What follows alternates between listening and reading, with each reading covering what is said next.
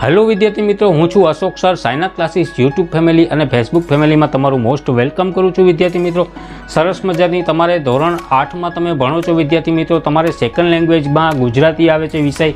ए गुजराती में टेक्स्टबुक है। टेक्स्टबुक में जे पाठ्यपुस्तकनी अंदर टेक्स्टबुक में पाछळ पाठ पूरो थाय पछी विद्यार्थी मित्रों प्रश्नोत्तरी सोल्यूशन आवे छे, वातचीत बराबर। ए कम्प्लीट टेक्स्टबुक सोल्यूशन दरेक विडियो में आपणे अत्यारे कवर करी रह्या छे। पहला पाठनुं विद्यार्थी मित्रों अपलोड थई गयुं छे, जोई लेजो।